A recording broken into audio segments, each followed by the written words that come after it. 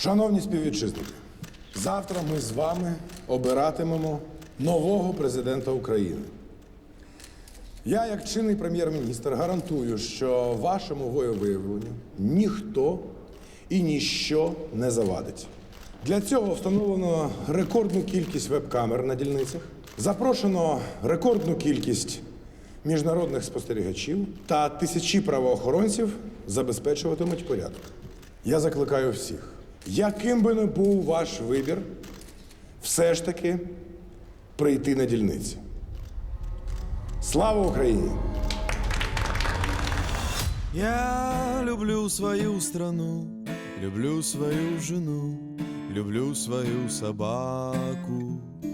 Я всего на свете член, почти что супермен, но редко лезу в драку. Знает весь двор мой приговор, слуга народа.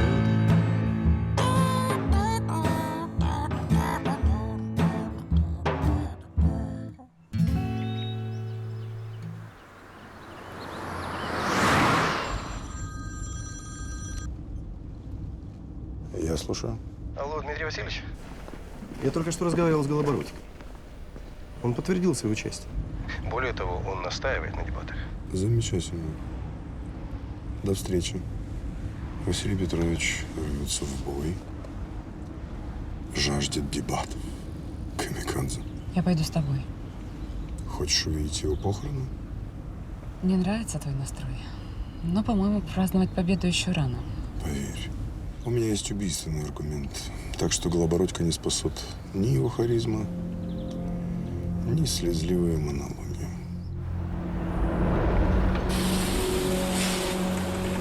И что нам говорить на этих дебатах? Прийти пожурить его, сказать: ай-яй-яй, Дмитрий Васильевич, нехорошо, совести у вас нет, так? По-твоему, на дебаты лучше не идти? Не знаю я. Но упыря этого надо задавить, потому что он будет иметь страну в извращенной форме. Тем более, что в лагере теперь у него и Карасюк, и Жанна, и добрый вечер. Какая-то армия ходячих мертвецов. Нам нужен на него компромат. Я понимаю, что нужен. Где его взять? Слушайте, а никто случайно Сурикова на диктофон не записывал? Записывай. И на диктофон, и на микрофон, и на скрытые камеры. Все делали. Не, ну может Мика. Мика. Мика, кстати, мог. И где этот твой махровый контрразведчик? Я не знаю, дела у него какие. Офигеть, мы выборы сливаем, у него дела. Слушай, а может его пробить по твоей линии? Он же бывший бизнесмен, наверняка где-то испачкался. Да пробивал я. И что? Чист, как душа младенца. А за время на госслужбе? Что у него в декларации? Стандартный джентльменский набор. Старый «Жигуль», прицеп 5 соток на Сумщине. Да и те, на мать его, записаны. Нужно покопаться в личном. Враги, сотрудники, любовницы. Точно. Анька. Она наверняка и Сурикова обрабатывала. Согласен. Анька не вариант. Слушайте, ну не Олька же звонит. Хотя она в курсе дел. Не, ну Олька тоже не вариант. Что ж тебе так с бабами не везет, Вася? Можно подумать, тебе везет. Я образно. Ладно, что там на Сурикова? Давайте работать.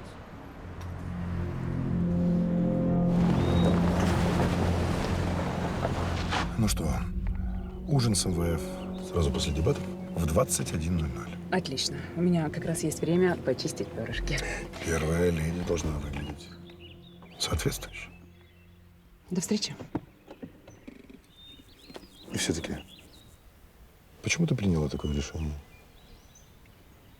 Решение принял мой мужчина, а я его поддержала.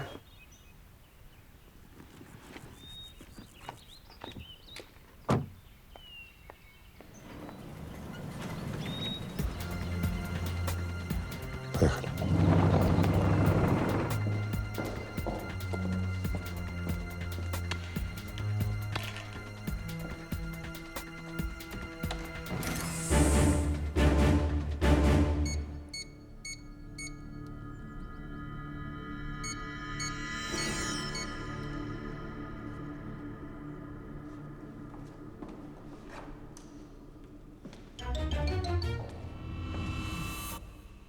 Мика, я не могу его открыть. Мне нужна помощь. Понял. Еду.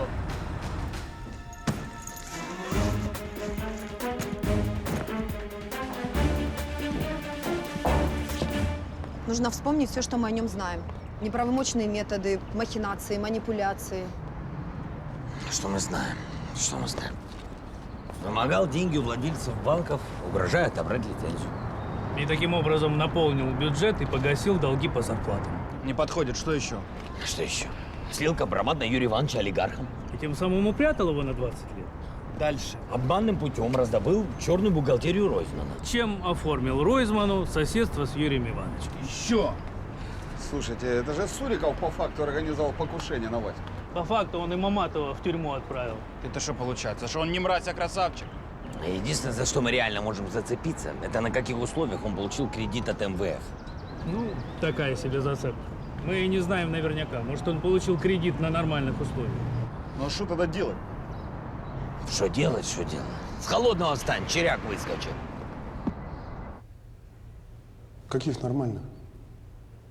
Ну каких нормальных? После того, как Голобородько послал МВФ в одно место, мне пришлось это место как следует вылезать. И кроме разработки сланцевого газа и могильников в Чернобыле, они хотят наш лес-кругляк. Я так понимаю, отельный бизнес в Карпатах лучше свернуть. Если где-то убудет, в другом месте обязательно прибудет закон сохранения энергии. И в данном конкретном случае прибудет на ваших лесоперерабатывающих комбинатах. Вот вам еще один закон.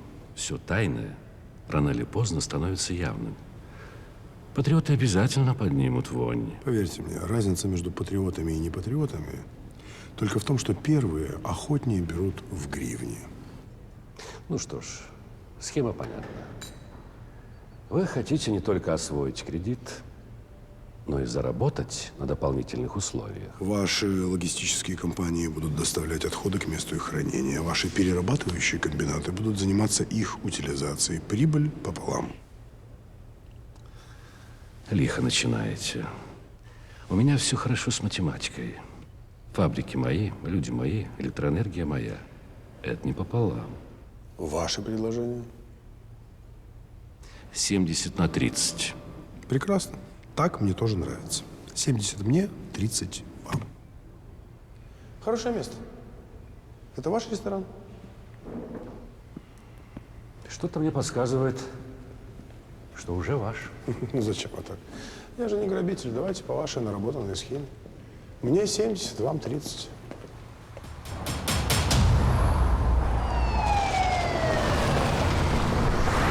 Слушайте, по-моему, я еще кое-что накопал. Суриков в прошлом году читал лекцию в Могилянке, а гонорар за нее в декларации не указал. Прекрасно. Итого штраф за неправильную парковку и лекции. Мощно. Это все? Есть еще кое-что. Надеюсь, это нам поможет. Что это? Флешка из сейфа Сурикова. Что? Не, ну... Я всегда знал, что это твоя многоходовка, Оль. Ну и что тут? Не знаю. Сейчас увидим. Ух ты, квипрокло. А что это? Привет, землеройки. Надеюсь, вы подобрали код, а не взорвали стены моего дома. Вижу в ваших глазах не мой вопрос. Отвечаю. Особенно тебе, лысый. Да, мы все жертвы квипрокво. Квипрокво – это путаница, когда одно лицо принимают за другое. Вы видели в моем лице верного надежного союзника, то же самое я увидел в лице Ольги Юрьевны. Кстати, Мольер использовал этот прием для создания комичных ситуаций. Василий Петрович, я вас умоляю, не суйтесь на дебаты. Давайте избежим еще одной комичной ситуации. Все. Пока. Лысый. Ты себя видел?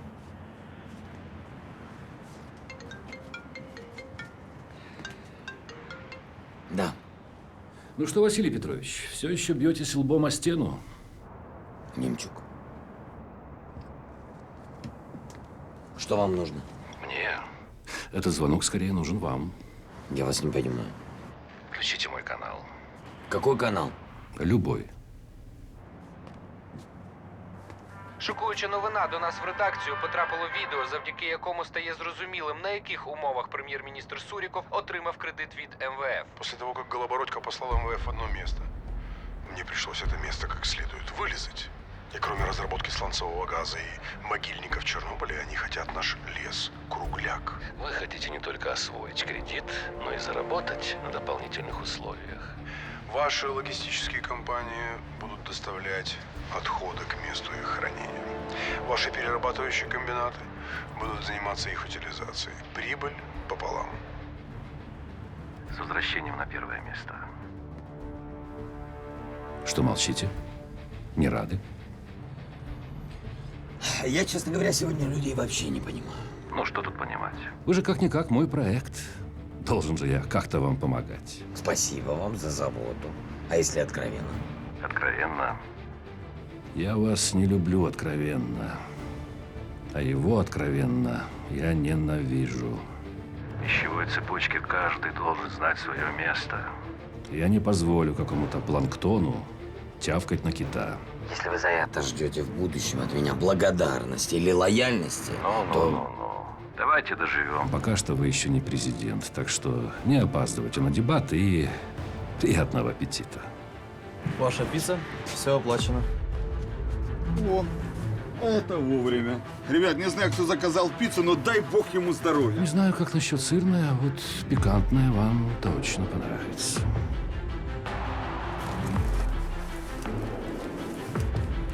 Опа.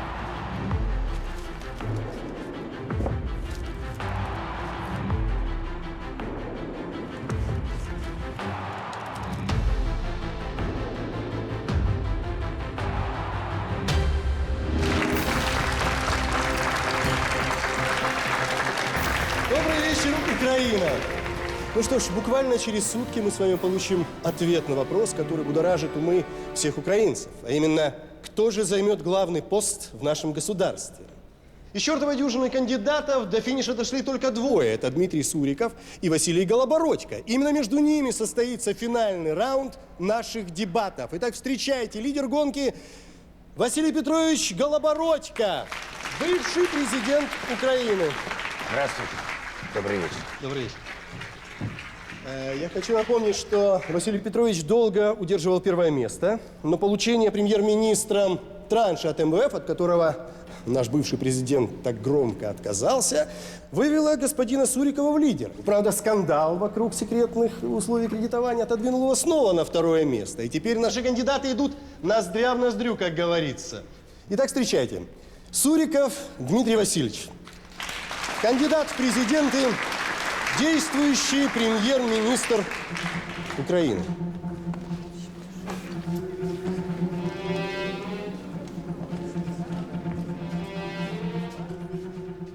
Добрый вечер. Понимаю ваше недоумение. Но это я, живой и, как говорится, во плоти. Да, я являюсь официальным представителем господина Сурикова на этой грешной земле. Меня просто не предупредили, что формат нашей передачи так резко изменится. И вместо битвы кандидатов мы сегодня будем видеть с вами битву экстрасенсов. Это невероятно. Это какое-то чудесное воскрешение. Нет, ну что, я бы не назвал это чудом. В моем случае это скорее должностное преступление. Василий Петрович Голобородько вместе с подчиненным ему главой СБУ, преследуя свои интересы, инсценировали мою трагическую гибель. Превысив полномочия, Василий Петрович освободил меня из тюремного заключения и, разморозив все мои банковские счета, позволил мне покинуть страну. Вот такое вот жаркое начало сегодняшних дебатов. Да, в нашей передаче происходит чудо за чудом. И теперь очередное чудо – реклама на нашем канале. Не переключайтесь. Как тебе сюрприз, Андрюша? Спасибо, конечно, что взвинтили рейтинги нашего шоу. Только предупреждать нужно. У меня чуть сердце не остановилось. Ты не можешь сдохнуть, ты мне должен. Какие будут указания по Чуйку? Вкратце. В человеческих мозгах должен засесть четкий месседж. Вася преступник, и он должен сидеть в тюрьме. Понял. Минус 20 к рейтингу Васи я вам гарантирую. Ты не понял. После того, как закончатся выборы, я посажу Голобородько. И я хочу, чтобы его родная мама не сомневалась в справедливости этого решения. Все понял.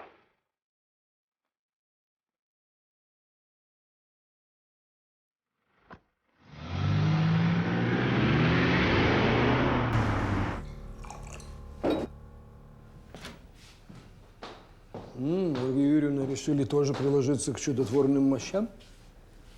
Юрий Иванович, вы должны взять свои слова обратно. С какого перепугу? Для личной мести вы выбрали не ту цель. У нас на руках стопроцентное доказательство. Все телефонные разговоры, расшифровки, документы, подписанные Суриковым. Кстати, это именно он заблокировал ваши счета, чтобы заманить страну и вынудить дать показания против Васи. Уберите эту макулатуру. У меня аллергия на пыль. Вы хотя бы взгляните. Зачем, Ольга Юрьевна? Я это знаю без вас. Да? Зачем вы тогда это делаете? Ну, кто знает, может, во мне совесть проснулась, и я решил исполнить свой гражданский долг. Как любил говорить Василий Петрович, все мы перед законом равны. Вы его так ненавидите? Кого? Человека, который обрек меня на растительное существование, лишил семьи, друзей, родины? Да упаси Господь. Вы что, не понимаете? Когда вы отыграете свое, Суриков вас все равно не отпустит. То, что Суриков может оставить меня в тюрьме, это теорема, а вот то, что Голобородько закроют на 7 лет, это аксиома. Послушайте, господа, я предпочитаю иметь дело с вором, а не с фанатиком. По крайней мере, с первым мы живем по одним законам. Юрий Хватит. То, что вы от меня хотите, это нереально, я уже все сказал. Мавр сделал свое дело, Мавр хочет идти.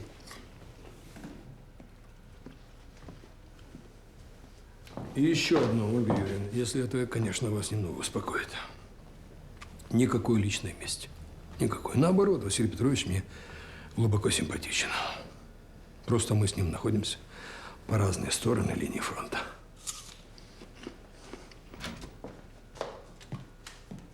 Юрий Иванович, то, что вы говорите, просто шокирует. Но очень интересно, что же было дальше. Дальше Василий Петрович появился на свадьбе олигарха Немчука. Их совместные фотографии получили Маматов и Ройзман. Зачем? Да все понятно, зачем. Голобородько стравливал крупный бизнес. Он хотел распустить неугодный себе парламент и протащить партию своих карманных депутатов. Ну, это громкое заявление, но оно не лишено логики. Что ж нам еще анализировать? Голобородько нужно судить. Это статья, понимаете, статья. Посмотрите, это Янукович и Чаушеску в одном флаконе. Это всего одна история с харьковским губернатором. А скольких еще он подмял под себя? Перед вами вор, аферист и хапуга.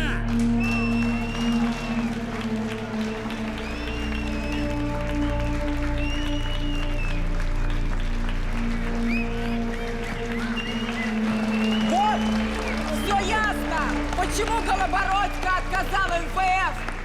Потому что они не предложили ему откат. Еще одно громкое заявление. Юрий Иванович, скажите, а это может быть правдой? Да. Может быть, правда, конечно. Да, наверное. Правда ведь они разные. Одну правду говорим, другую правду боимся.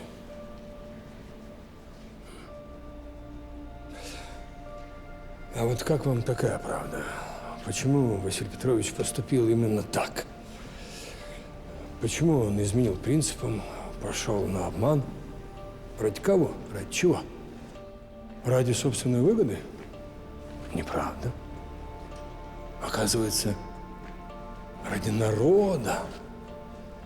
И что в ответ? А в ответ на дыбу и распни его. Вот такая вот жестокая правда. А то, что за 25 лет, а может быть за всю историю существования этого государства вам достался честный человек, ну, честный правитель. Вот разве это не правда? Правда. Так что же вы за страна таких сказочных мазохистов, которые каждый раз наступают на одни и те же грабли и бьют этими граблями себя по своей тупой больной башке?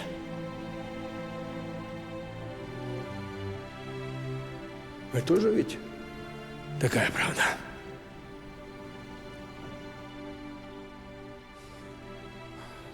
Парадоксально, что это все говорю вам я. Мертвец, восставший из ада, Юрий Иванович Чуйко. Да. Глядя на все это, хочется еще раз умереть. Пойду я.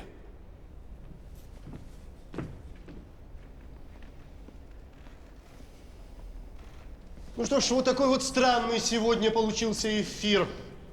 Я думал, что наши дебаты помогут избирателям как-то определиться с кандидатом и поставить точку. Но вместо этого мы получили многоточие. Пищи для размышления у народа много. Завтра день тишины. Я предлагаю помолчать и подумать.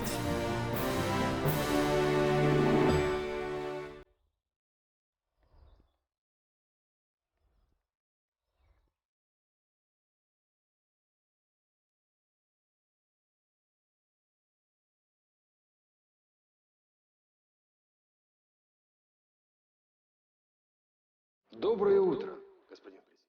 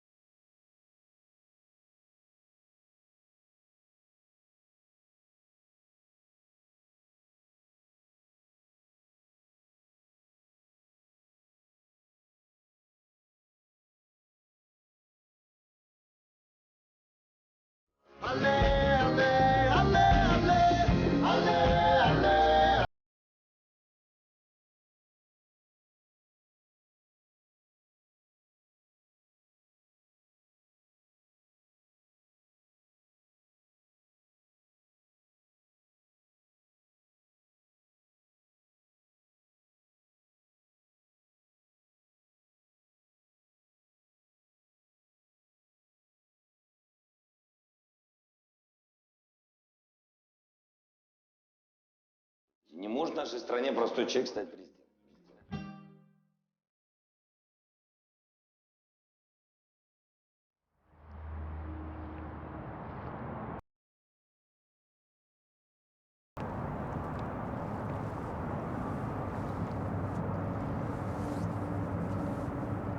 Ты как?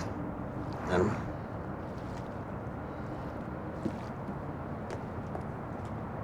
Новые данные. Проголосовали Херсонская и Николаевская области. За Сурикова. Большой отрыв? С его админресурсом хорошо, что не на 100%. Но Крым наш.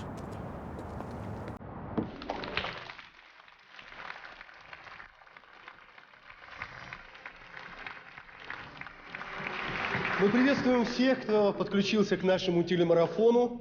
Это ночь выборов, и мы в прямом эфире ведем наблюдение за подсчетом голосов на виборах президента України. На цю хвилину вже оброблено 96% протоколів. З колосальним відривом лідирує чинний прем'єр-міністр України.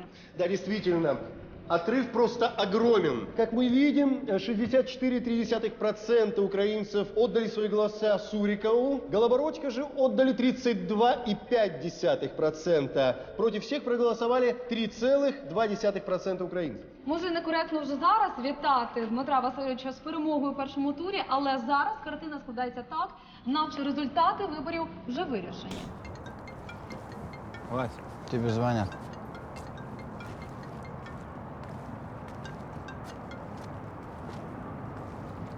Да. Алло, Василий Петрович? Вы что, обиделись? Вообще-то могли позвонить, поздравить. Или вы еще сомневаетесь в моей победе? Проигрывать нужно уметь. Это же выборы. Василий Петрович, если бы выборы что-то решали, их бы давно уже отменили. Мы об этом с вами еще поговорим. Когда у вас будет свободное время? Лет через 5-6. Ну, это как решит наш справедливый суд. Еще раз спасибо за поздравления. Нашей бывшей привет. Да, действительно, спасти Голобородько может только чудо, но мы все прекрасно знаем, что чудес на свете не бывает. И даже если гипотетически представить, что 4% необработанных бюллетеней будут в пользу Голобородька, все равно это не спасет положение. Але що є можливість оскаржити результати виборів у суді, тим більше, наприклад, якщо пан Голобородька надасть докази порушень в ході голосування. А у нас в студии присутствует представитель Комитета избирателей Украины Виктор Десница, который может рассказать, как проходили выборы и были ли выявлены какие-нибудь нарушения. Добрый вечер. Да, действительно, согласно информации МВД, на этих выборах было зафиксировано 35 сообщений о нарушениях. Из них 14 фактов подкупа, 7 распространения ложных сведений, 4 факта повреждений бюллетеней и 3 звонка о заминировании участков. Все это несущественные нарушения, и я думаю, что на результаты выборов это никак не повлияет. То есть я вас правильно понимаю, что фактически оснований для оспаривания результатов выборов у Голобородька не будет? И мы вправе...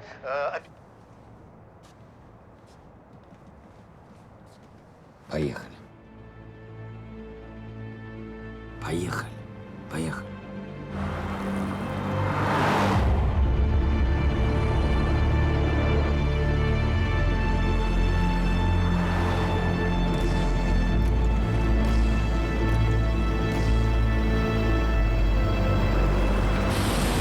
Вот картинка проведения выборов, разбитая по региону. Ми можемо бачити, найбільше людей за Голобородька проголосували саме у Києві. Ну, как говорится, Киев еще не вся Украина. Але, пане Андрію, я пропоную вам провести зараз невеличкий експеримент. Просто тут у нас у студії провести паралельне голосування. Пожалуйста, давайте проведем голосование, но я думаю, что результаты сильно не будут отличаться от того, что мы видим на экране. Давайте подивимось. Тож, пані та панове, я зараз пропоную, прошу вас підняти руки тих, які на виборах проголосували за Василя Петровича Голобородька. Будь ласка.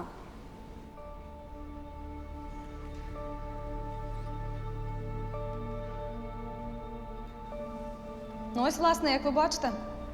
Большое спасибо, пожалуйста, опустите руки. Ну, что можно сказать? Бывают и такие совпадения. Если бы президента Украины выбирала только эта студия, наверное, Голобородько был бы президентом Украины. Но по Украине результаты, вот они. Это реальные результаты выборов. Туфта — это нереальные результаты. Туфта и фальсификация. Зайдите на онлайн-ресурс «За честные выборы». Там сейчас идет параллельное голосование. Какое параллельное? Вот там реальные онлайн-ресурс. Да это просто смешно. Вот реальная картина голосования. Реальная картина выборов. Я Михайло Сабуров зі Львова, я за Голобородька. Ткачук Сергій, Чернівці, я за Голобородька. Я Радченко Лариса, город Запорожье. Я за Голобородька. Шевчук Оксана, Кам'янець-Подольський. Я за Голобородька. Власова Надя, Мукачева, Закарпатська область. Голосую тільки за файного президента Василя. Стокалущ, за Голобородька. Город Стрий, я за Голобородька. Одесса, я за Голобородька. Я голосую за Голобородька. Голосую за Василя Петровича. Я за Голобородька. Я за Голобородька. Я за Голобородка. За Голобородька.